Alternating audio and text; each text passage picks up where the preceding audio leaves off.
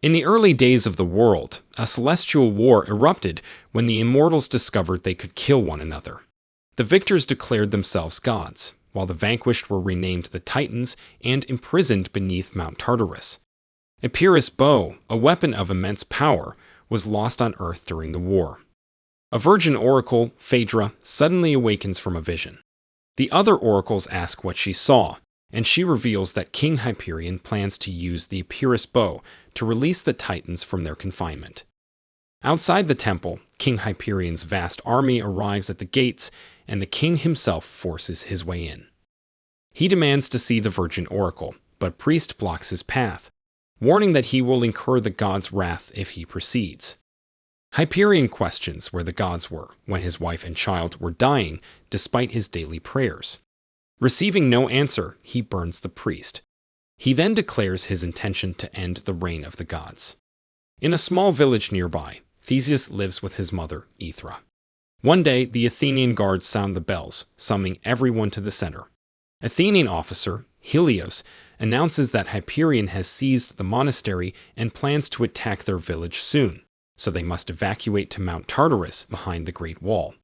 The villagers begin to evacuate, but Theseus and other peasants are forced to stay behind due to their lower social status.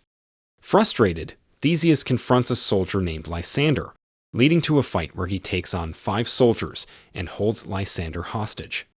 Helios intervenes and promises Theseus that he will ensure the peasants are safely transported the next day. Satisfied, Theseus releases Lysander. Helios then invites Theseus to join his forces, but Theseus declines, expressing distrust and saying they would abandon people like him whenever it suits them. Theseus seeks counsel from his mentor, an old man who states he won't leave the village to suffer a slow death. Instead, he prefers a swift end by Hyperion's army. He urges Theseus to take up arms against the impending evil. That night, as the old man prepares to sleep, he senses a presence and transforms into his true form, the god Zeus. His observer is his daughter Athena, who questions why he invests so much time influencing Theseus. Zeus reveals that only Theseus can lead humanity against Hyperion's army, but it must be a decision Theseus makes on his own. After evacuating the high-born nobles, the army left Lysander and other officers behind to protect the peasants. However, Lysander betrays his fellow soldiers by murdering them in cold blood and hastens to King Hyperion to seek a place in his ranks. Hyperion, uninterested in a traitor, dismisses the women, weapons, and information Lysander offers. He is solely focused on finding the Virgin Oracle, as only she knows the whereabouts of the Epirus bow. In the end, Hyperion decides to keep Lysander under one condition. He orders his soldiers to emasculate him, declaring that the world doesn't need more cowards like him. The following day, Theseus goes to the hills to practice with his spear and notices his village engulfed in flames. He rushes back to find that Hyperion's army has attacked, slaughtering the villagers who were forced to stay behind. He witnesses 2 soldiers about to kill his mother. Overcome with rage, Theseus kills several men in an attempt to save her, but is eventually overpowered by multiple soldiers. King Hyperion then takes a dagger and slits his mother's throat right before his eyes. Hyperion commands his men to take Theseus to the salt mines as a slave. From Mount Olympus, the gods watch as Hyperion's legion destroys every monastery in search of the bow. Zeus reminds the other gods of their rule. They cannot interfere with human affairs unless the Titans are released, and he warns that any god who aids humanity will face death. They must have faith in mankind to defeat Hyperion. One day, the 4 oracles are captured and brought to the same prison where Theseus is held. Phaedra accidentally touches Theseus's leg and has a vision of him standing alongside Hyperion over the ruins of Greece. Realizing the urgency, she tells the other prisoners they must escape that night. During their nighttime ritual, the oracles are interrupted by guards. Seizing the moment, they manage to kill them. 3 of the oracles stay behind to protect Phaedra from any pursuers. She frees Theseus and other prisoners, and together they escape. The next morning, Stavros, one of the escaped prisoners, spots a merchant ship. They plan to steal it and head north to confront Hyperion once and for all. However, upon attempting to ambush the ship, they discover it's filled with Hyperion soldiers, leading to a battle where they are heavily outnumbered. Despite Zeus' command not to interfere, Poseidon leaps from Mount Olympus into the sea, creating a massive tide that destroys everything in its path. The soldiers and the ship are swept away, while Theseus and his group are saved, thanks to the oracle's visions. Later, Theseus asks Phaedra about any additional visions she has had. She tells him that he will embrace Hyperion, and mentions that she saw a body. Theseus reveals that his mother has recently passed away. Phaedra insists they must give his mother a proper burial, as her faith demands it, so the group returns to Theseus' village. Meanwhile, Hyperion orders the Minotaur to pursue the Virgin Oracle, and instructs his soldiers to ambush anyone in the village. After burying his mother in the temple, Theseus bids a final farewell to his village and destroys the temple.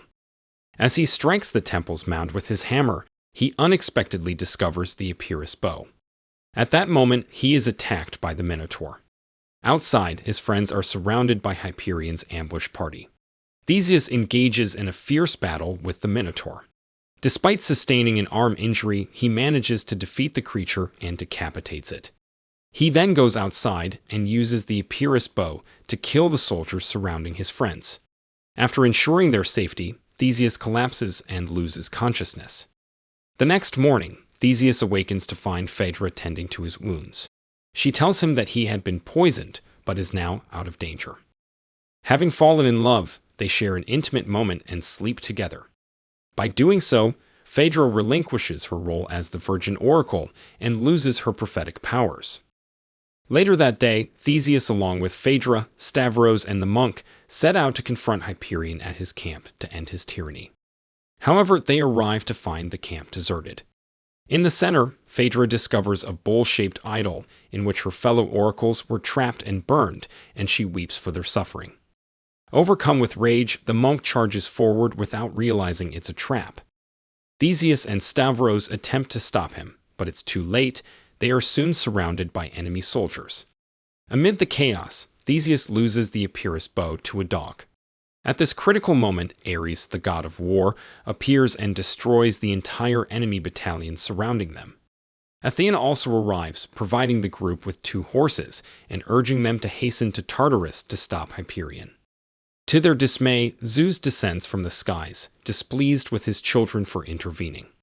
Athena quickly apologizes, but Ares tries to argue, provoking Zeus' anger.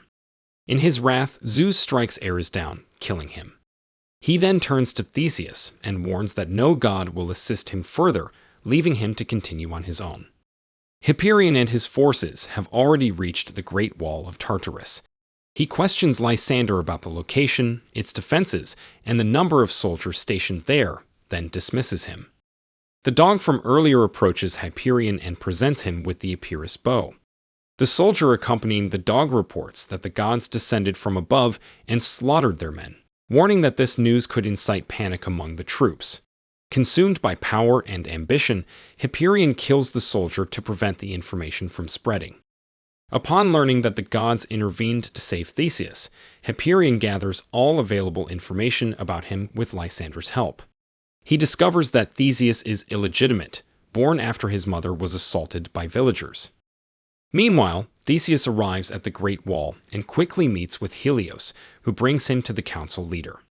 Theseus informs them that Hyperion now possesses the Epirus bow and urges them to seal the gates and prepare for war. The council leader dismisses his warnings, refusing to believe in the existence of the gods.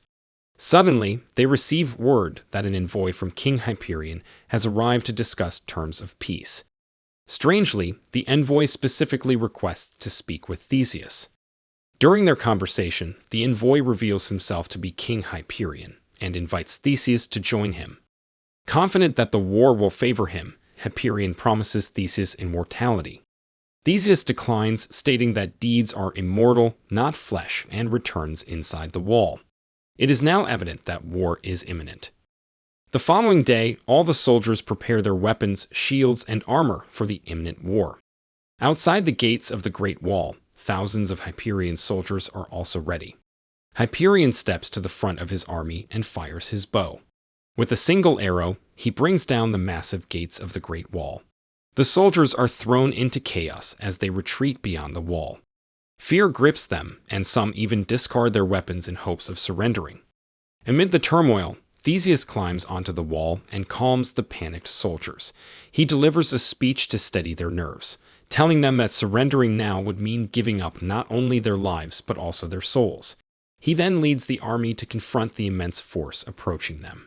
A fierce battle ensues, resulting in many casualties. During the clash, King Hyperion confidently marches through the gates and ascends to the top of the Great Wall. There he is met by the leader of the council, who still hopes for negotiation. However, Hyperion simply walks up to him and beheads him. Hyperion then takes aim with his bow at the mountain before him and fires. Hearing the commotion, Theseus and Stavros rush to stop the mad king. When they arrive, they are too late. Hyperion has already aimed his bow at the cage containing the Titans and fires before they can reach him. Theseus regains consciousness after an explosion to find his friend Stavros severely injured. The Titans have been released and are attacking. He uses the bow to strike one of them, but the remaining Titans quickly kill him. Just then, the gods descend from the sky. Zeus, with a strike of his hammer, retrieves the bow from the Titans, and a battle erupts between the gods and the Titans. Meanwhile, Theseus encounters Hyperion outside, and they engage in a deadly duel, much like the gods and Titans. The Titans manage to kill Apollo and Hercules. Poseidon fights valiantly, slaying many Titans, but he too eventually falls. Zeus watches as his daughter Athena is impaled by the Titans. In a fit of rage, he grabs the chains holding Tartarus and pulls them together, hoping to collapse the mountain and imprison the Titans within it. After a difficult struggle, Theseus succeeds in defeating Hyperion. Just as he does, Mount Tartarus collapses upon everyone. Sometime later, it's revealed that Theseus has earned a place among the gods for his unparalleled bravery. He is also blessed with a son named Acamas. A grand monument honoring Theseus has been erected in the village center. Acamas gazes at his father's monument in awe. He is approached by an old man, the same one who once taught Theseus. The old man tells Acamas that a war in heaven is coming and that his father will be there. Acamas looks to the sky and sees thousands of warriors battling. If you enjoyed this video, don't be shy to hit the like button, and if you disliked it, hit the dislike button twice, just to be sure. It would be best if you watched the whole movie. Thank you very much for watching. Please subscribe for more videos like this.